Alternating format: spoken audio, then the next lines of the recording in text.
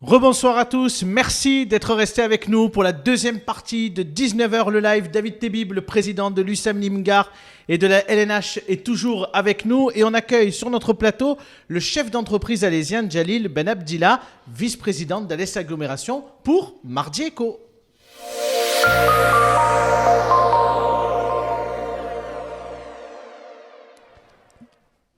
Bonsoir Jalil. Bonsoir Abdel. Je suis ravi de vous avoir avec moi sur le plateau ce soir. C'est réciproque, merci, je vais très bien, merci. Bon Jalil, je l'ai expliqué, vous êtes chef d'entreprise à Alès, on vous connaît bien, vice-président d'Alès Agglomération, mais vous êtes aussi président de Leader Occitanie. Et ce soir, j'avais envie qu'on parle de Leader Occitanie et que déjà vous nous disiez c'est quoi Leader Occitanie ? Alors, Leader Occitanie, c'est un réseau d'entreprises de plus de 200 entreprises, donc, qui est représenté dans toute la région, dans des bassins d'emploi comme Alès, Nîmes, Bagnoles, Toulouse, Albi, etc., Montpellier. Enfin, c'est dans il y en a tous les territoires de l'Occitanie. 9 aujourd'hui, on continue à développer. Il y a celui de Perpignan qui est en création. On va faire celui de Narbonne un peu plus tard. Et on en a un à l'international, parce qu'on a commencé à se déployer à l'international. On a un leader Maroc, donc en suivant les maisons de la région à l'international. Donc, ce réseau, c'est quoi ? C'est ces entreprises qui se réunissent comme ça autour de la table, tout simplement pour pouvoir échanger leurs expériences, mais aussi leurs bonnes pratiques, essayer, on va dire, de tirer vers le haut l'entreprise, mais aussi ses salariés, son environnement, et de demander aux chefs d'entreprise, qui ont toujours le nez dans le guidon, de lever un petit peu la tête, de regarder autour d'eux, parce que les bassins d'emploi dans lesquels ils sont installés, c'est très important qu'ils regardent les gens qui sont en difficulté, qui regardent le chômage, qui regardent les discriminations, mais qui regardent aussi qu'est-ce qu'on peut apporter à ces bassins. Pourquoi ? Parce que l'environnement dans lequel on est installé est très important pour l'entreprise qui est un maillon important, pour une raison simple, c'est comme un boomerang. Vous le lancez, si vous ne regardez pas, il risque de revenir plus tard, dans quelques mois, des années plus tard, et il vous revient dans la figure avec des dégâts. Alors, avec cette période quand même très troublée, avec le coronavirus, on en parlait hier, notamment sur toutes les questions autour du télétravail, etc. On a bien évidemment des chefs d'entreprise qui sont de plus en plus stressés. Comment vous accompagnez, quelle aide vous mettez en place au sein de Leader Occitanie pour accompagner l'entreprise et son chef ? Oui, alors on a commencé bien sûr à travailler avec nos membres sur des questions de solidarité, d'abord pour écouter, expliquer, rassurer, informer, avec l'aide d'experts, que par exemple le directeur de la Banque de France du Gard qui participe à nos conférences, le directeur de l'Ordre des experts comptables, des cabinets d'avocats comme Eleum au Synapse. Je peux continuer comme ça. On a invité le directeur général du BPI France, on a invité la présidente de la région, Carole Delga, on a invité, on va dire, de grands spécialistes, de grands experts, qui sont venus expliquer comment passer ce cap difficile, mais aussi on est allé à la pêche aux informations sur le chômage partiel, sur les aides, qui a droit à des aides ou pas. Et après, on a essayé de générer des synergies solidaires entre membres. Il y a eu 2 ou 3 projets très, très structurants, très importants, dont celui de la fabrication des masques que vous avez vous-même couvert. Effectivement, c'est cette idée un peu de vouloir changer un peu les choses. Est-ce que vous avez, vous le disiez sur les masques, mais est-ce qu'il y a d'autres actions concrètes qui sont menées au sein de Leader Occitanie ? Oui, il y a 2 aspects. Un aspect que tout le monde peut imaginer dans un réseau d'entreprises, on s'occupe des entreprises pour les faire progresser dans les domaines de la finance, de l'international, de l'ARH, etc. Mais il y a surtout un aspect qui est particulier à Leader Occitanie, c'est qu'est-ce qu'on fait pour nos environnements. Donc je citerai 2 ou 3 exemples. On a un projet qui s'appelle Leader Solidarité, au pluriel, qui a pour objectif de lutter contre toutes les formes de discrimination. Donc discrimination faite aux personnes en situation de handicap, les personnes malades, les personnes âgées, le racisme, l'homophobie. Je peux citer comme ça les personnes des quartiers politiques de la ville qui sont un peu éloignés de l'emploi. Donc on fait des actions très précises en mélangeant des publics en réussite, qui sont des jeunes d'entreprise ou des salariés d'entreprise, et des publics en difficulté. L'idée, c'est de créer des synergies et de l'entraide. On fait, par exemple, Leader Academy, c'est l'intervention du chef d'entreprise, par exemple, dans les établissements secondaires, collèges, lycées ou dans les universités, pour parler de l'échec, de la réussite et de toutes ces notions-là, d'entrepreneuriat, de prise en soi et de responsabilisation de l'individu et de la collectivité. Enfin, je peux citer aussi des leaders mécénat, où on a créé 2 fonds de dotation, par exemple, un à Alès, qui s'appelle Alès Mécénat, donc culture et sport, et un à Nîmes, donc Nîmes Mécénat pour la culture. L'idée, c'est que les chefs d'entreprise mettent de l'argent pour pouvoir aider des associations, des structures et des projets pour animer culturellement le territoire et en tout cas soutenir ceux qui en ont le plus besoin. C'est de bon augure et on voulait en parler ce soir avec vous, Djalil. Un mot, Monsieur Tebib, parce que forcément ça vous parle aussi, hein, ce regard de chef d'entreprise. On n'est pas enfermé dans son entreprise, on n'est pas enfermé dans son bureau. On regarde et c'est ce que cherche aussi à faire Djalil en essayant de convaincre des chefs d'entreprise de s'intéresser à ce qui se passe autour d'eux. Et je crois d'ailleurs que Djalil vient régulièrement au Parnasse aussi. Oui, Djalil est partenaire et on est très heureux de ce partenariat qui est riche de beaucoup d'échanges. Je crois que ce qu'il a décrit, c'est véritablement l'entreprise qui maintenant donne vraiment du sens. L'entreprise intelligente, c'est celle qui va rayonner dans son environnement, c'est celle qui va permettre de pouvoir être vertueuse au service du collectif. L'entreprise intelligente, c'est celle-ci. Et je crois que ce que nous vivons, le contexte évidemment de cette crise sanitaire, amplifie auprès des citoyens de donner du sens aux choses. Et je crois que l'entreprise qui relèvera ce défi sera celle qui pourra vraiment être en véritable osmose avec son environnement. Merci Djalil en tout cas, et on sait que vous revenez la semaine prochaine parce que c'est avec grand plaisir, on parlera du financement d'entreprise. Vous vouliez dire peut-être un dernier mot? Oui, juste dire que le fait qu'on parle bien sûr économie, entreprise, etc. n'empêche pas le fait qu'on est solidaire et très vraiment touché par ce qui se passe, par on va dire la catastrophe sanitaire que traverse notre pays et le monde. Donc on est solidaire avec les personnes qui sont touchées dans leur chair et dans leur famille, avec le personnel soignant. Évidemment, on se préoccupe d'entreprises qui vont peut-être causer d'autres dégâts dans le futur et on en parlera la semaine prochaine. Mais donc, l'un n'empêche pas l'autre. On doit rester solidaires ensemble pour pouvoir faire société et faire corps. Merci Djalil en tout cas, mais vous restez avec moi en plateau. Avec plaisir. Il y a quelques questions que je vais poser à Monsieur Tebib sur l'actualité politique et l'actualité aussi économique, parce que finalement, c'est une des questions que tout le monde se pose aujourd'hui. À Nîmes Métropole, Franck Proust a pris la présidence de Nîmes Métropole et on se pose des questions un peu de savoir où c'est qu'on va dans le développement économique de ce territoire de Nîmes. Vous étiez bien évidemment candidat, rappelons-le, pour les élections municipales et vous aviez un vrai programme économique. Oui, alors je suis moi-même chef d'entreprise, hein, comme vous l'avez signalé, avec une entreprise qui a un rayonnement international. Donc, je pense avoir à la fois un réseau et une expertise. Il est clair que Nîmes Métropole est j'allais dire, à la mise en place, certainement, d'un projet de Franck Proust et de son équipe. Aujourd'hui, il est tout simplement, me semble-t-il, à la découverte, comme un chef d'entreprise lorsqu'il arrive dans un environnement nouveau, il fait un audit, certainement, et pour, à mon avis, dans très peu de temps. Et je crois que la difficulté qu'il va y avoir, c'est dans un contexte très perturbé, lié, on le voit, à un aspect d'une crise sanitaire fort, mais aussi un environnement très troublé d'un point de vue, j'allais dire, social. On parle de sécurité également. Donc je crois que ce qui va être important, c'est dans très peu de temps, comme vous le dites, de fixer une vision, un cap clair. Je crois que notre territoire mérite d'avoir une place beaucoup plus importante sur la carte de France.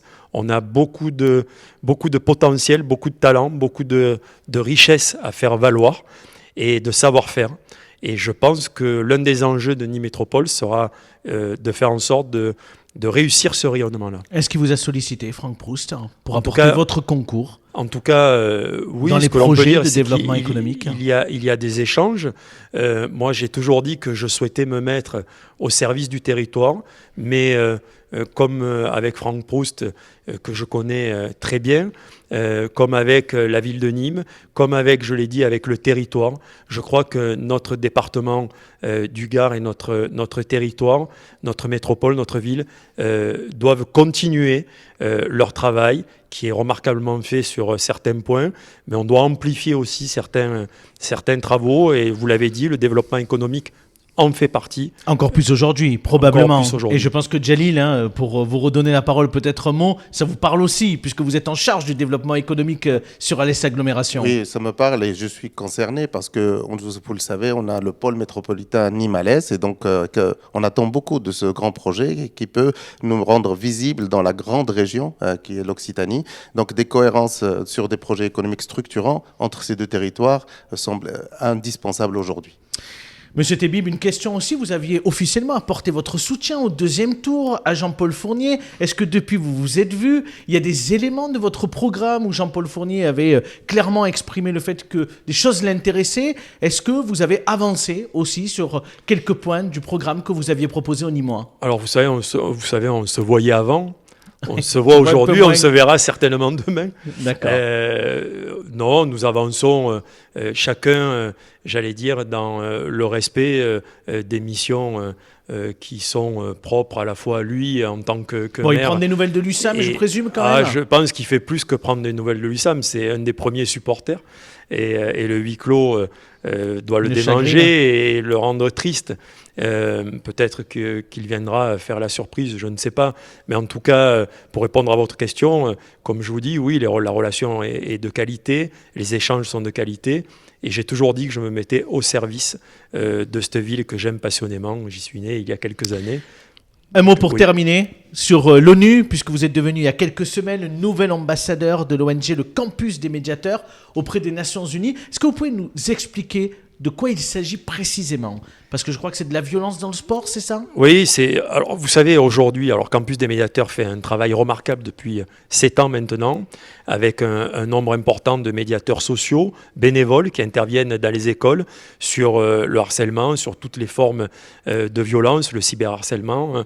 Mais on sait maintenant statistiquement qu'il y a 3 enfants sur 10, 3 licenciés, 3 jeunes filles, 3 jeunes hommes qui sont harcelés dans le sport, qui sont ennuyés. Ce sont des chiffres qui sont importants et ils ont gentiment fait appel à mon savoir-faire, en tout cas à ce que je puisse les accompagner dans cette mission. Je suis très honoré. Vous savez, aujourd'hui, on est dans un monde... Y compris la ville de Nîmes, parce que c'est assez exceptionnel, je pense, pour la ville de Nîmes. Oui, tout à fait. C'est formidable qu'ils puissent venir faire un ancrage. Ils ont implanté un siège en ville active, en tout cas une antenne en ville active. Vous savez, aujourd'hui, vraiment, je suis en contact avec, évidemment, beaucoup de jeunesse. On a quelques 700 licenciés, un petit peu moins en ce moment avec la situation que l'on connaît. Et je discute souvent avec mes filles.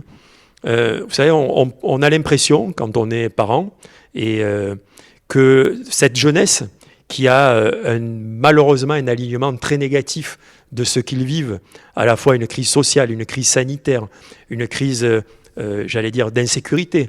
Rarement, en tout cas, une jeunesse a été autant touchée par le monde dans lequel elle vit. Et aujourd'hui, on imagine trop facilement que cette jeunesse, elle est imperméable à ce qu'elle vit et que très souvent, nous, adultes, on se dit, tiens, nous, on n'a jamais connu ça. Mais en fait, ils sont très touchés. Ils sont très touchés. Et aujourd'hui, si on veut changer le monde de demain, et je ne parle pas également aussi de la crise écologique qu'ils connaissent. On parlait tout à l'heure de ces crises.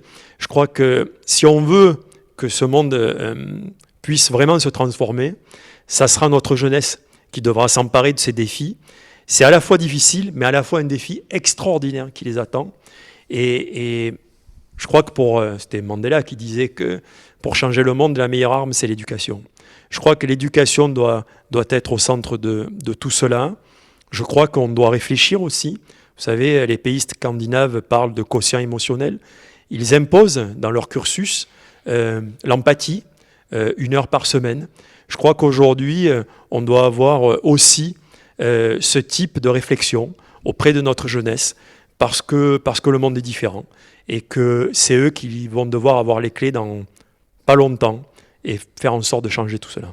Merci beaucoup, Monsieur Tebib, d'avoir été avec nous ce soir. Je vous propose de découvrir tout de suite la Minute Reconfinement. Thierry Allard, notre journaliste à Bagnols-sur-Cèze, comme chaque soir, nous propose un bon plan culture. Ce soir, il nous parle des vieux films, ça va intéresser Monsieur Tebib, des vieux films libres de droit sur le site archive.org.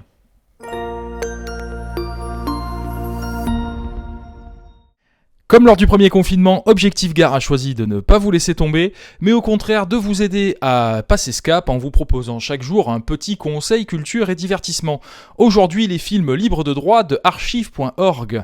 Alors que vous soyez passionné de cinéma ou simplement curieux, sachez que le site archive.org propose une large collection de films accessibles gratuitement, car libres de droit. Il y en a 28 000 en tout, dont certaines petites pépites puisqu'on retrouve des classiques de Méliès ou de Chaplin, des films d'horreur ou encore des vieux films muets.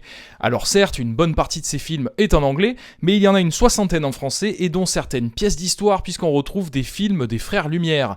Pour les anglophones, il y a de quoi faire avec des grands classiques de Orson Welles ou encore de Frank Capra, des pièces d'histoire, mais aussi des vieux films, des bons vieux nanars à l'ancienne. Bref, vous l'aurez compris, il y a de quoi occuper quelques longues soirées d'hiver et quelques tout aussi longues journées de confinement sur archive.org, le tout gratuitement.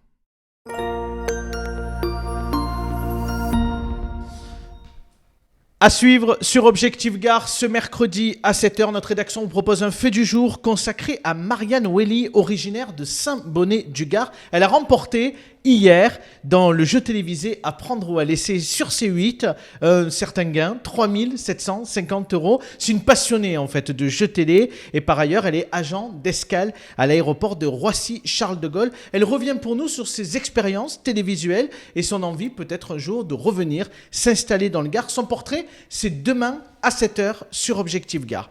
À présent, place à la météo de demain avec Julien Sugier, le fondateur de Météo Gare. Et oui, chaque soir, désormais depuis hier, Julien nous propose le bulletin météo du lendemain. Le nouveau numéro, c'est maintenant.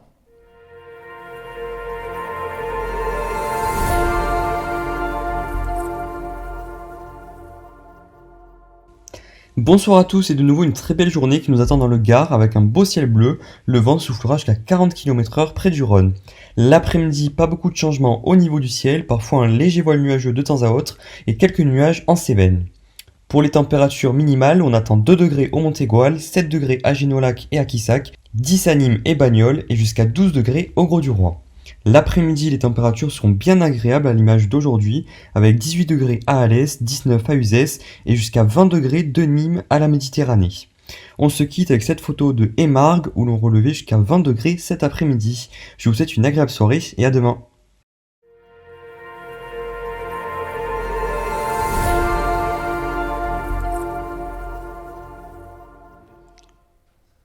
Merci à tous d'avoir suivi ce nouveau numéro de 19h le live. Je voudrais remercier, comme chaque soir, Romain Curin pour la réalisation de cette émission. Je voudrais remercier nos journalistes qui se sont mobilisés pour vous proposer cette heure d'information en direct. On va se donner rendez-vous jeudi, et oui, pas demain. Demain, on fait relâche. 11 novembre oblige. Notre invité jeudi, c'est Gilbert Collard, le député européen du Rassemblement national. Je vous rappelle que nos journalistes continuent à vous informer ce soir, demain, tout au long de la journée. Pour ma part, je vous donne rendez-vous donc jeudi à 19h. Passez tous une très très bonne soirée.